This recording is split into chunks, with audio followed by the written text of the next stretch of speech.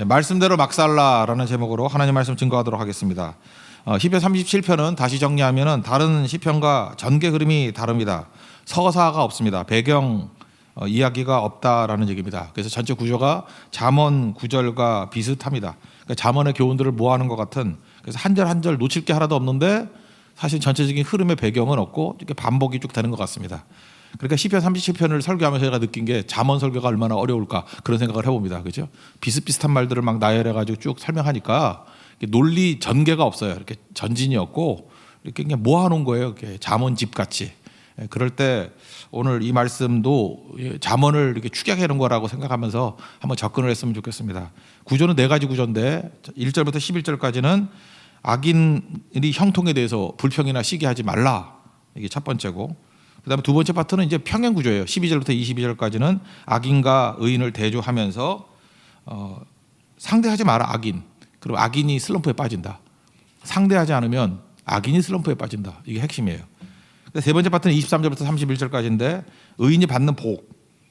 비틀거려도, 그죠? 비틀거려도 넘어지지 않는다. 그래서 이렇게 흔들려도 방향을 가리키는 나심반 같다. 뭐 이런 얘기예요. 그죠? 버드나무 같다. 흔들려도 꺾이지 않아. 이런 게 의인이라는 거죠. 그러니까 의인은 비틀거림이 있습니까? 없습니까? 있다라는 거예요. 그래도 안 넘어져. 이게 의인에 대한 축복이고요. 32절 40절까지 마지막은 하나님의 이름을 물리치라. resisting. 그죠? 이렇게 저항하라는 거예요. 그래서 여기서 제일 많이 나오는 6번이나 나오는 게 땅을 차지한다. 땅을 차지한다. 땅을 차지한다. 땅을 차지한다. 이게 무슨 뜻이에요? 그 세상에 악인이 득세하는 것 같이 보이지만 의인들이 들어가가지고 그 땅을 하나님의 통치로 바꾸라는 거예요. 그러니까 그의 나라와 그의 의를 구하라. 그게 땅을 차지한다는 거예요. 예수님께서 여기 있는 말씀을 인용하셔서 온유한 자는 땅을 차지한다라고 하는 한 구절을 뽑아서 여기서 팔복에서 인용도 하셨죠. 그러니까 예수님도 이 시편 37편을 암송하고 계셨다는 거죠. 되게 좋은 말씀이고, 잠언을 전체를 암송하기 힘들다 그러면 시편 37편을 암송하십시오. 40절까지. 잠언 요약이다 이렇게 말할 수 있어요. 그 정도로 중요한 시편이다 이렇게 생각을 하면 될 것입니다. 파트별로 간단하게 한번 보겠습니다. 첫 번째 파트, 이게 핵심이라 그랬죠. 악인의 형통에 대해서 불평과 시기를 버리라. 11절까지입니다. 중요한 것은 1절이겠죠. 1절 한번 다 같이 읽겠습니다. 시작. 악을 행하는 자들 때문에 불평하지 말며 불의를 행하는 자들을 시기하지 말지어다. 그러니까 쿨하게 사는 방법이 뭐예요? 하나님만 바라보고 나머지에 대해서는 뭐 신경 안 쓰는 거예요. 사무엘상 23장에 나왔잖아요. 다윗이 그렇게 쿨하게 됐던 이유가 뭐냐면 사람들에게 기대하고 의지했던 것들이 다 꺾였기 때문에. 아니, 어려움 당하니까 사무엘 찾아갔어요. 의지할 바 못 되죠. 제사장 아히멜렉 찾아갔어요. 의지할 바 못 되죠. 적의 적은 우군이라 그래서 블레셋의 아기스 왕 찾아갔어요. 의지할 바 못 되죠. 그래서 아둘람굴에 갔다고. 이제는 누가? 주님만 의지하는 거죠.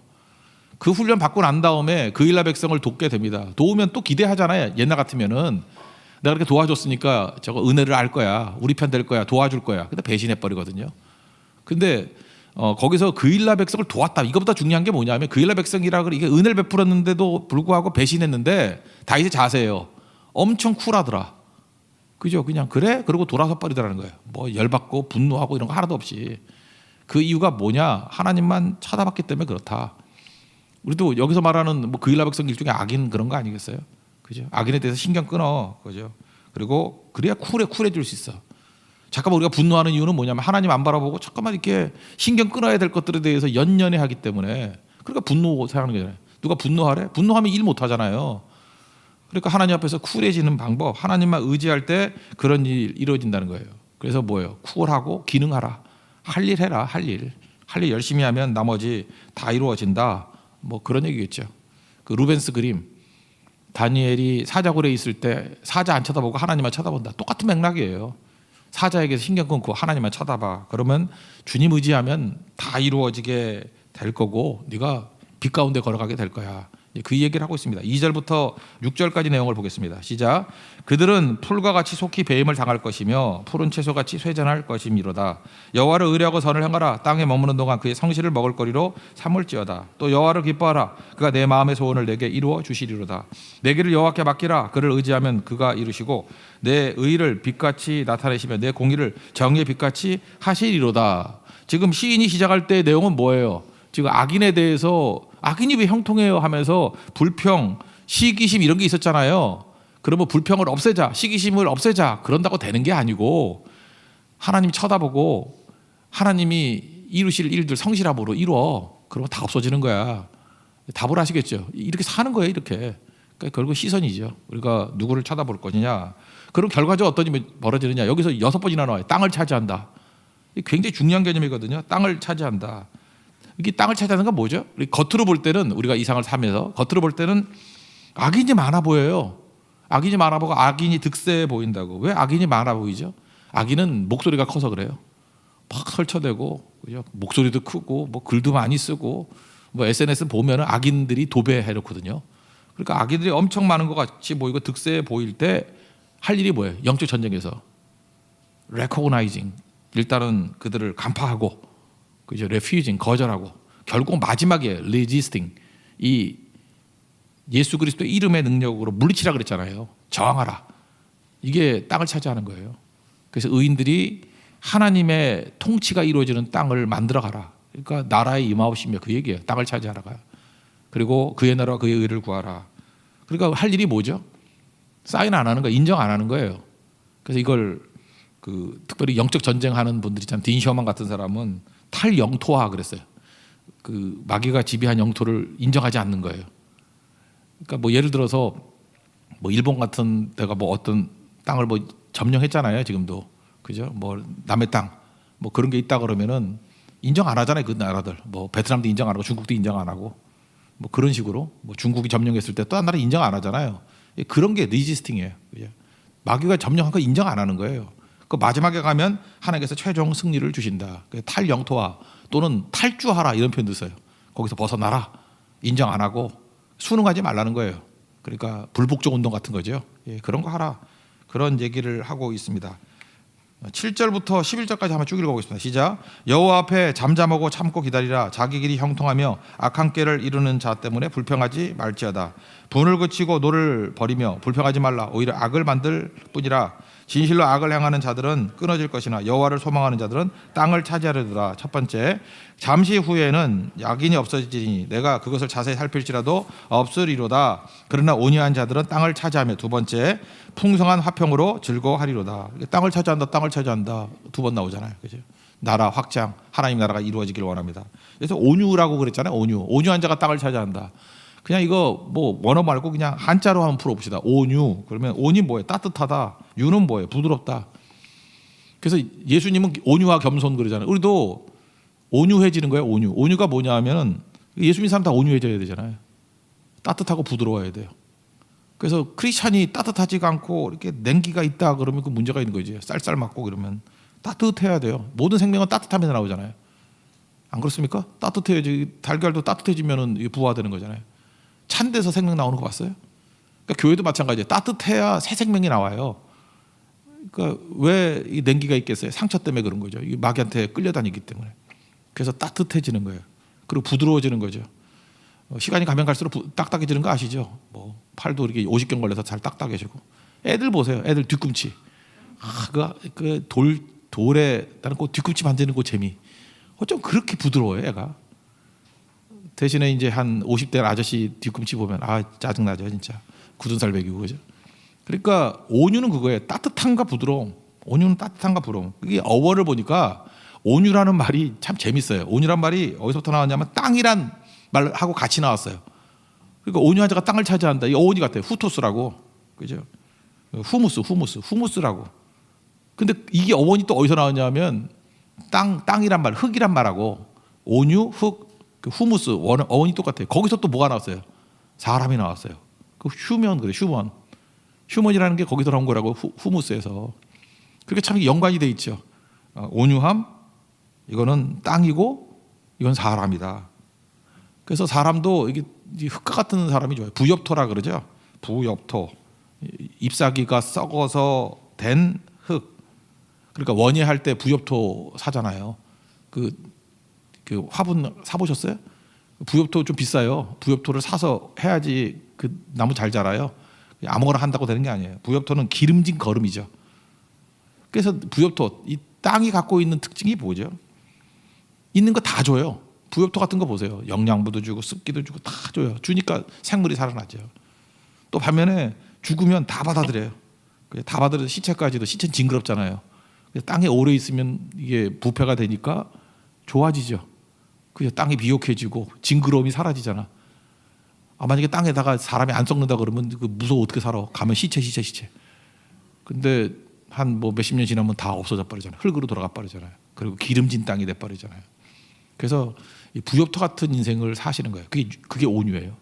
온유한 사람을 보면은 누가 오든지 다 받아들여요. 어떤 건지 다 받아들여요. 영접하는 인생. 그리고 다 줘요. 그죠? accept all. 그리고 give all. 다 받아들이고 다 주고. 그게 온유예요. 그래서 지금도 딱 보면은 땅을 차지할 사람들이 보여요. 온유한 자가 땅을 차지해.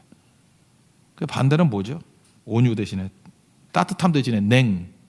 그다음 부드러움 대신 강. 냉강. 그런 말 없죠. 냉강 있나? 온유의 반대는 냉강이야. 냉강.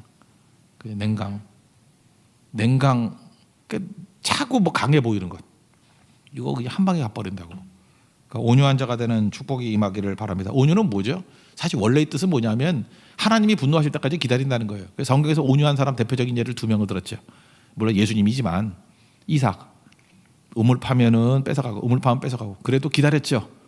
나중에 그놈이 쫄아가지고 못 거들잖아요. 그래서 나중에는 그죠 르호봇 넓은 땅 줬다. 그것도 포기해 버리니까 하나님이 브엘세바 7개의 우물이거든요. 엄청난 오아시스 주셨다. 온유한 자는 땅을 차지한다. 그 얘기예요. 또 하나가 모세죠. 모세가 뭐 그 얼굴 시커먼 여자 데리고 왔다고 그 형하고 뭐 누이가 반발하고 막 그랬잖아요. 그때 민수기 12장 3절 보니까 모세의 온유함이 하나님이 분노하실 때까지 참잖아요. 이 지면에 있는 모든 사람보다 뛰어나다, 승하다. 그 나중에 하나님이 화내버리잖아. 모세가 화 안 내고. 그러니까 미리암 막 나병 걸리고 막 그러지 않습니까? 온유예요, 온유. 온유는 뭐죠? 딱 부엽토 같은 거예요. 그죠? 다 받아들이고 참고 기다리고 다 주고 참고 기다리고 하나님보다 앞서지 않고 그런 사람이 땅을 차지한다. 이게 1절부터 11절까지의 핵심적인 주제라는 것입니다. 여러분 온유한 자 되십시오. 예, 그래서 원망하지 말고 불평하지 말고 온유한 자 되면 땅을 차지한다. 이게 1절부터 11절까지의 핵심 중에 핵심이에요.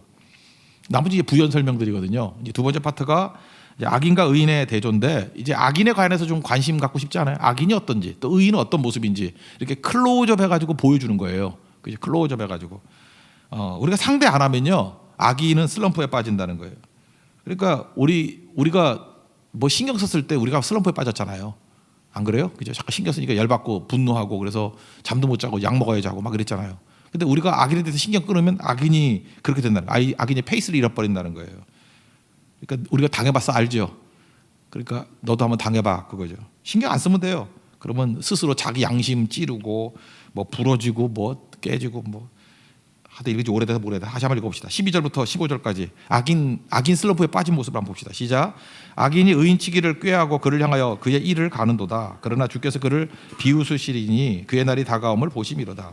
악인이 칼을 빼고 활을 당겨 가난하고 궁핍한 자를 엎드러뜨리며 행위가 정직한 자를 죽이고자 하나 그들의 칼은 오히려 그들의 양심을 찌르고 그들의 활은 부러지리로다. 여보세요. 그들이 양심 찌르고 부러지고 난리치고 그러니까 마귀에게 줄 수 있는 최고의 데미지는 뭐예요? 신경 끄고 하나님만 의지하는 거예요. 그럼 미쳐 날뛰어요. 미쳐 날뛰어. 이놈 봐라. 나 신경도 안 쓰네. 나 무시하는 거야? 나 투명 인간이야? 나 잉여야? 막 이러면서 열받아 한다는 거예요. 그죠? 그래서 마귀가 정신과 병원 간다는 거예요. 그죠? 그런 얘기는 없지만 그렇다는 거예요. 예. 그럼 이제 클로즈업에서 의인을 보자고요. 의인은 어떠냐? 의인의 모습은 겉으로 볼 때는 가난해요. 겉으로 볼 때는 약해요. 부족함이 있는 것 같아요. 뭐 하나님 잘 섬긴다고 뭐 환경이 변화되는 것 같지는 않아. 포지션이 변화되는 것 같지 않아요. 그런데 약한데도 할 일 다 한다는 거예요. 약한데도 할 일 다 이거 꾸역꾸역 도우신다. 이 말이 제일 좋은 것 같아요. 그죠? 뭐 이렇게 넉넉히 이기는 것도 아니고 그냥 꾸역꾸역 다 이겨요. 꾸역꾸역. 뭐 축구를 해도 뭐 4대3으로 이기고 뭐 농구를 해도 91대 92로 이기고 더 재밌죠. 그냥 꾸역꾸역 이겨요. 꾸역꾸역. 그다음에 뭐 예선 통과할 때도 뭐 1승 2무 1패 그래서 그냥 막 간신히 통과하고 그러다가 간신히 하다 또 마지막에 우승하고 뭐 이런 거예요. 그죠? 그게 믿는 거라는 거예요. 이런 건 뭐라죠? 언더덕. 언더덕이라는 게 뭡니까? 객관적으로 전력이 열세인데도 불구하고 이기는 거. 언더덕의 승리가 뭐예요? 질 것 같은 사람인데 이기는 거. 그런 거죠. 그래서 뭐 프로 스포츠가 그랬잖아요. 압도적인 1위가 하나 있어야 재밌어요. 그래야 바보 같은 놈들은 자기가 이기는데 그 동조하려 그래서 인기가 좋아요. 70%는 한 팀만 응원해. 근데 재밌는 건 밑에 언더덕이 탁 치고 우승해야 돼요. 프리미어리그 같은 몇 년 전에 그 레스터라는 팀이 이름 없는 팀이었는데 갑자기 언더덕이 돼가지고 우승을 해버렸어요. 그죠? 그때 흥행하는 거죠. 엄청난 거죠. 예, 이런 거. 그러니까 잘하는 팀이 우승해도 흥행은 해요. 근데 언더덕이 우승하면 더 흥행해요. 그러니까 이래도 되고 저래도 되고. 근데 성경에서 말하는 우리들은 뭐예요? 언더덕이라는 거예요. 질 것 같은데 이겨요. 그죠? 객관적인 전력은 떨어지는데도 이긴다고. 그게 의인의 모습이다. 클로즈업 했을 때 그 모습을 보여주고 있습니다. 그래서 나중에 땅을 차지한다. 그런 얘기죠. 16절부터 22절까지 한번 읽겠습니다. 시작. 의인의 적은 소유가 악인의 풍부함보다 낫도다. 악인의 팔은 부러지나 의인은 여호와께서 붙드시는도다. 여호와께서 온전한 자의 날을 아시나니 그들의 기업은 영원하리로다. 그들은 환난 때 부끄러움을 당하지 아니하며 기근의 날에도 풍족할 것이나 악인들은 멸망하고 여호와의 원수들은 어린 양의 기름같이 타서 연기가 되어 없어지리로다. 악인은 꾸고 갚지 아니하나 의인은 은혜를 베풀어 주는도다. 주의 복을 받는 자들은 땅을 차지하고 세 번째 주의 저주를 받은 자들은 끊어지리로다. 팔은 부러지는 것 같은데 붙들어서 팔 부러지고도 이겨요. 그런 얘기예요. 모든 기업이 풍성하고 부끄러움을 당하지 않고 기근의 날인데 믿는 자는 기근의 날도 있어요. 근데도 풍족하고 꾸어주지 않고 꾸지 않고 꾸어주고 영향력이 커지고 최종적으로 땅을 차지한다. 그러니까 꾸역꾸역 이긴다 이거예요. 여러분들 인생도 꾸역꾸역 이기시길 바랍니다. 한번 옆 사람 축복합시다. 당신도 꾸역꾸역 이기십시오. 이렇게 축복해 주세요. 예, 뭐 이기면 되는 거지 뭐, 그죠? 꾸역꾸역 이기는 거예요. 그래서 결국은 하나님만 의지하면 꾸역꾸역 이긴다. 이게 메시지예요. 그죠? 이 악한 악인들 신경 쓰지 말고 하나님만 의지해. 그러면 꾸역꾸역 이겨. 이게 설명이에요. 약간 좀 촌스럽게 설명했죠. 예. 그 다음에 세 번째 내용은 뭐냐 하면 이제 의인에게만 받는 복을 하는 거예요. 의인은 뭐냐? 이걸 더 클로즈업을 해요. 비틀거리지만 넘어지지 않는다. 힘겨운 날에 넘어졌다 하면 비틀거린 내가 안길 곳은 어디에? 어떤 노래 가사 있죠. 예. 내 사랑 내 곁에 그 옛날 노래 있잖아요. 그죠? 예. 이 본문 읽을 때마다 이 생각이 나요. 그죠? 비틀거린 내가 안길 곳은 어디에? 주님의 품이지 뭐 어디야? 그죠? 비틀거린 내가 안길 곳은 어디에? 여기 지금 원문은 지금 넘어진다고 나왔는데 원문은 비틀거림이에요. 비틀거리나 아주 넘어지지 않는다. 그런 얘기죠. 그 주님께서는 우리의 걸음을 정하시고 우리를 인도하신다는 거예요. 그 길 가면 주님이 인도하시는 길 가면 뭐 꼿꼿하게 하는 게 아니라 비틀비틀 하는 것 같지만 넘어지지 않아요. 실족하지 않는다고 똑같은 말이에요. 그래서 오히려 확고부동함 이게 깨지는 거예요. 이게 비틀비틀 하는데 나침반같이 주를 향해서 간다. 그런 얘기죠. 23절 24절 읽겠습니다. 시작. 여호와께서 사람의 걸음을 정하시고 그의 길을 기뻐하시나니 그는 넘어지나 아주 엎드러지지 아니하면 여호와께서 그의 손으로 붙드심이시로다. 그러니까 의인은 이런 인생을 산다라는 거죠.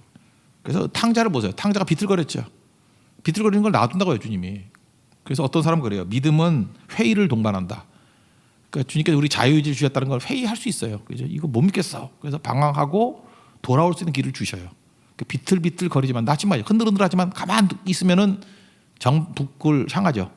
마찬가지예요. 우리 인생도 이렇게 비틀비틀하지만 그 안에 참된 믿음이 있는 사람은 결국은 하나님을 향하게 돼 있다라는 거예요. 비틀거리지만 넘어지지 않는다. 아이가 이렇게 걸음걸이 할 때도 보면 애가 비틀비틀하죠.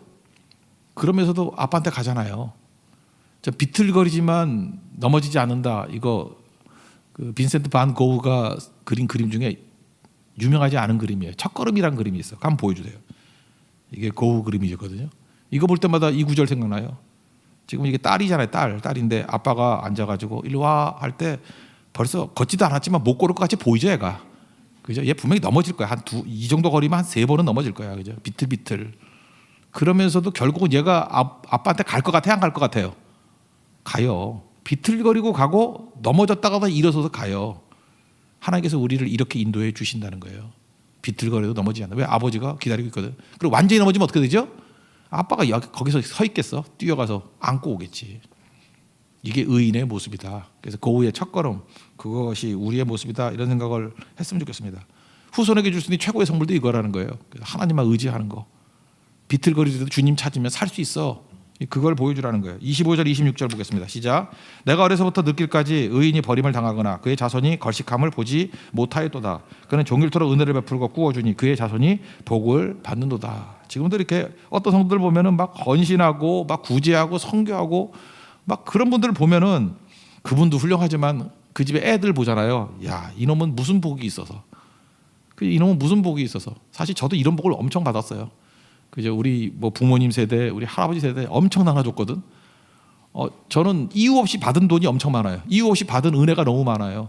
그죠? 이유 없이 내가 아무것도 해준 게 없는데. 그래서 저는 이 구절을 정말 사랑합니다. 사랑하는 이유가 뭐냐면 저는 수혜자였기 때문에. 이제 우리 교인과 후손들에게 위해서 우리가 할 일이 뭐죠? 우리도 이거예요, 그죠? 엄청 베푸는 거야. 은혜를 베풀고 그리고 자손이 복받고 그 자손 가운데는 걸식함이 없어요. 거지 같은 놈 하나도 안 나온다는 거예요, 그죠? 잊지 말라고요. 이게 유산 중에 최고의 유산은 이거라는 것입니다. 그래서 결국은 또 앞에 있는 얘기를 또 하는 거예요. 의인 넘어져도 비틀거려도 실족하지 않아. 그리고 마지막에는 땅을 차지할 거야라고 하는 얘기가 또 나오죠. 네 번째 얘기가 나옵니다. 27절부터 31절까지 읽겠습니다. 시작. 악에서 떠나 선을 행하라. 그리하면 영원히 살리니 여호와께서 정의를 사랑하시고 그의 성도를 버리지 아니하심이로다. 그들은 영원히 보호를 받으나 악인의 사손은 끊어지리로다. 의인이 땅을 차지하며 거기서 영원히 살리로다. 의인의 입은 지혜로우며 그의 혀는 정의를 말하며 그의 마음에는 하나님의 법이 있으니 그의 걸음은 실족함이 없으리로다. 이게 아주 최고의 모습으로 클로즈업해서 얘기를 한 것입니다. 이제 마지막 결론이죠. 뭐 심판이 있다는 거죠. 이게 부자와 나사로 얘기하고 똑같은 거예요, 그죠? 이게 마지막 신경 끊고 한 가지만 붙들어. 하나님만 붙들면은 최종 승리야 이거죠. 하나님께서 심판하신다는 거예요. 하나님이 알아서 정리 다 해주신다는 거예요. 네가 신경 쓰지 마. 그래서 악인이 뭔 짓 하든지 신경 쓰지 마. 좁게 보니까 문제지 크게 보면 우리 거꾸로 받아요. 거기 부자 나서로 보면은 누가복음 16장. 만약에 이 16장에 기사가 없었다 그러면 그 부자 잘 먹고 잘 살다가 유복하게 끝난 인생이죠. 그렇잖아요. 고운 배고 자세 곧 고운 배옷 입고 날마다 잔치하고 뭐 걱정 근심 없이 살았잖아. 그럼 우리 이렇게 생각하잖아요. 이 사람 뭐 하나님 잘 섬기지도 않는데 이게 뭐야 이랬을 건데 그 다음을 보여주니까 충격받죠. 그렇구나. 똑같은 얘기가 시편 73편에 나와요. 악인의 형통에 관한 얘기가 또 나오거든. 성소에 들어가서 이 모든 장면을 다 보고 난 다음에 내가 잘못했어요 깨갱하고 나오는 얘기가 나와요. 결국은 누가 보면 16장을 본 거야. 마지막 결판을 보고 지옥의 모습과 천국의 모습을 보고 난 다음에 그렇구나. 내가 지금 뭔 짓 한 거지? 이렇게 된 거라고요. 그러니까 결국은 모르면 가만히 있고요. 하나님 눈을 열어주세요. 그러면 엘리사의 그 사환 게하시 같이 어떡합니까? 이제 죽게 됐습니다. 그럴 때 불말과 불멸과 있는 것을 보여주고 더 많은 능력 있는 걸 보여주면 사는 거와 마찬가지. 결국 눈의 문제예요. 주님이 마지막에는 눈 열어주시는 거예요. 이거 봐라. 이런 거죠. 32절부터 36절까지 한번 읽겠습니다. 시작. 악인이 의인을 엿보아 살해할 기회를 찾으나 여호와는 그를 악인의 손에 버려두지 아니하시고 재판 때에도 정죄하지 아니하시리로다. 여호와를 바라고 그의 도를 지키라. 그리하면 내가 땅을 차지하게 하실 것이라. 악인이 끊어질 때 내가 똑똑히 보리로다. 내가 악인의 큰 세력을 본즉 그 본래의 땅에 서 있는 나무 잎이 무성한 것 같으라. 내가 지나갈 때 그는 없어졌나니 내가 찾아도 발견하지 못하리라. 의인은 영구히 남고, 그죠? 천국에 영구히 남잖아요. 그렇지만 이 땅에서도 마찬가지예요. 악인은 흔적도 없어요. 지나갈 때 그가 없어졌나니 찾아도 발견하지 못하리라. 바람에 나는 겨 그런 거라고요. 바람에 나는 겨. 바람에 나는 겨. 하나님이 충성 사람인 것 같아요. 그죠? 바람에 나는 겨. 바람에 나는 겨. 그러므로 이제 다짐하는 거예요. 똑같은 말 반복하는 건데 믿는 사람들과 교제권 가져. 그게 온전한 사람, 정직한 사람, 화평한 사람. 그리고 주를 바라보고 신경 끊어. 그럼 최종 승리할 거야 라고 하는 결론입니다. 시간도 많이 갔는데 빨리 읽읍시다. 37절부터 40절까지 시작. 온전한 사람을 살피고 정직한 자를 볼지어다. 모든 화평한 자의 미래는 평안이로다. 범죄자들은 함께 멸망하리니 악인의 미래는 끊어질 것이나 의인들의 구원은 여호와께로부터 오나니 그는 환난 때 그들의 요새이시로다. 여호와께서 그들을 도와 건지시되 악인들에게서 건져 구원하시면 그를 의지한 까닭이로다. 한 가지만 하라. 뭐가 하라는 거예요? 하나님만 의지하는 법을 배우라. 그리고 악인에 대해서 신경 꺼. 굳이 말하면 그거예요. 이게 의인이 사는 길이다. 여러분 이 길 살아가는 하나님 종되기를 바랍니다. 그래서 마지막 정의. 시선을 하나님께 고정시키고 있을 때만 우리는 크리스찬입니다. 다시 말합니다. 시선을 하나님께 고정시킬 때만 우리는 크리스찬입니다. 그러지 않으면 난 크리스찬이에요. 시선을 하나님께 고정시키고 있을 때만 우리는 크리스찬이다. 참된 크리스찬 되는 은혜 역사가 있기를 축원합니다. 예, 자리에서 일어나겠습니다. 역전되리라 찬양했습니다. 기도를 멈추지 마라.